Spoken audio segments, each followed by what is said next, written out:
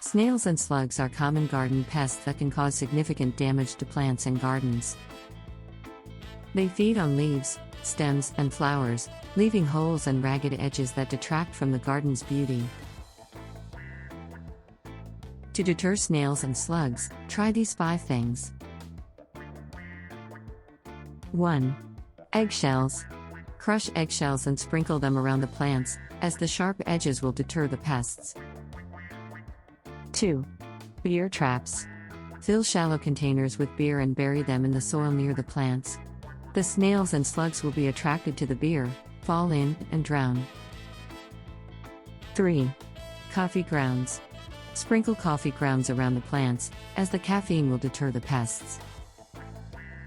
4. Slug-repelling plants.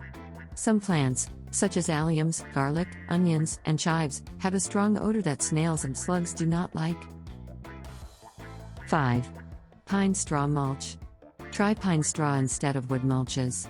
They seem to dislike the texture of the straw. Handpicking is the most effective method to remove these pests.